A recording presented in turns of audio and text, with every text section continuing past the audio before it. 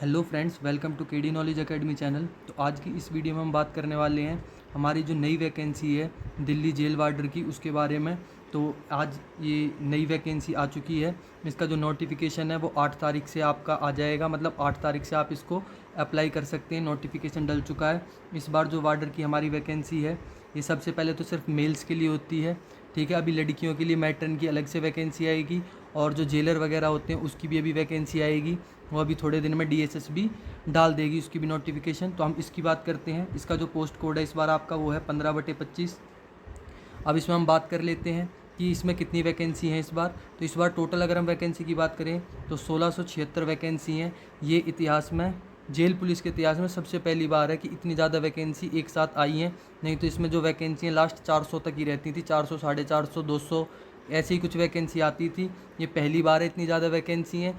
जो इसका कारण अब तक सामने आ रहा है वो ये है कि भाई आपकी नई जेल बनने वाली है, एक चौथी जेल, तो उसमें स्टाफ की रिक्वायरमेंट होगी। तो उसके लिए अभी से इसमें क्या करा जा रहा है, जो वैकेंसी है उनको फिल करा जा रहा है ताकि जब नई जेल बने तो उसमें स्टाफ की कोई दिक्कत ना हो। तो अब हम देख लेते हैं कैटेगरी वाइज। तो कैटेगरी वाइज अगर हम देखते हैं तो UR की 680 सीट हैं, OBC की जो है वो 452 सीट है, SC की 252 सीट है, ST की 175, EWS की जो है हमारे पास 167 सीट है। और ऐसे टोटल अगर हम देखते हैं तो 1676 पोस्ट है।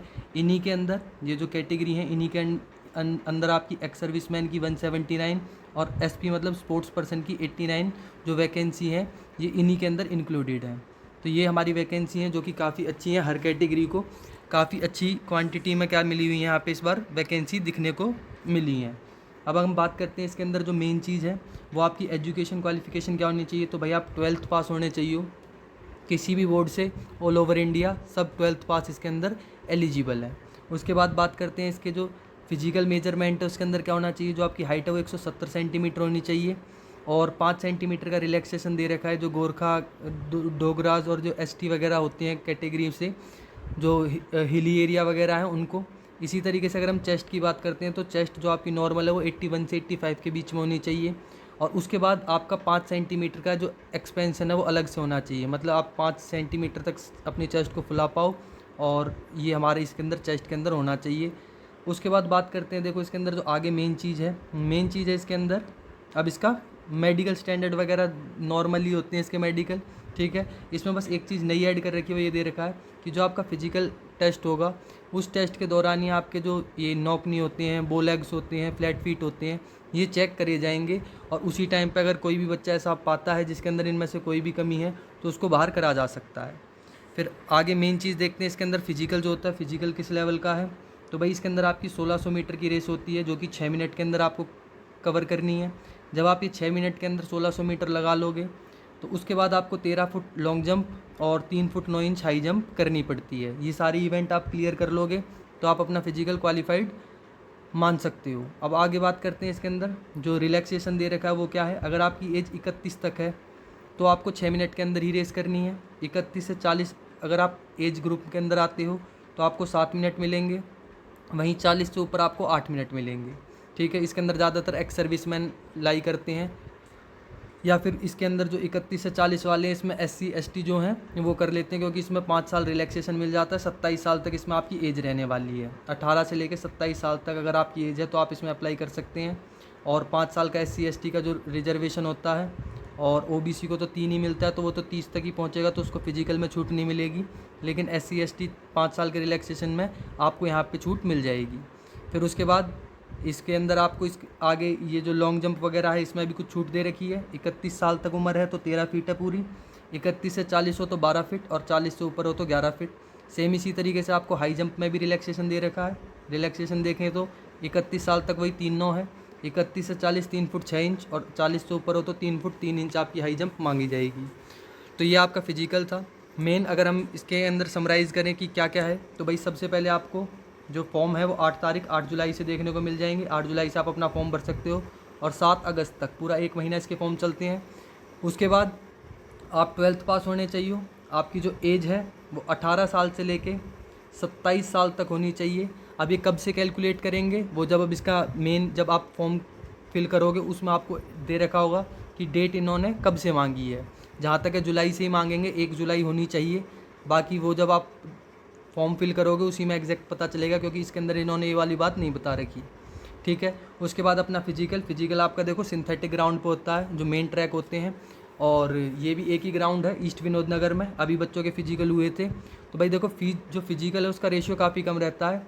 ये मान के चलो 50%, 50 नहीं तो ये मान लो हाँ 50% के लगभग बच्चा फिजिकल देने ही नहीं जाता, और जो जाता है उसमें से भी 20% बच्चा बड़ी मुश्किल से पास कर पाता है फिजिकल को। फिजिकल इसका टफ ही है।